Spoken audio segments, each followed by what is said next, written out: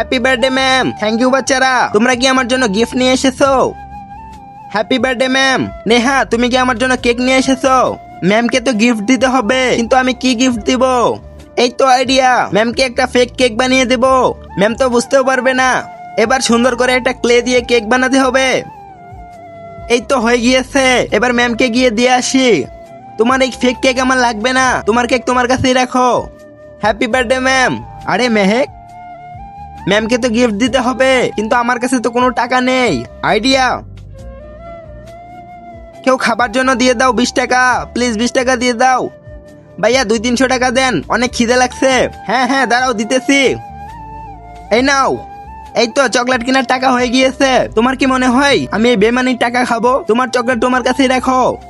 Ma'am, এটা আপনার জন্য। শোভা, তুমি আমার জন্য পতাকা নিয়ে এসেছো। ছেলে হলে লাইক করো, মেয়ে হলে সাবস্ক্রাইব করো, তবে এটা হলে কিছু করতে হবে না। আমি ক্লে দিয়ে ম্যামের জন্য একটা পতাকা বানিয়ে নিব। ম্যাম তো অনেক খুশি হয়ে যাবে।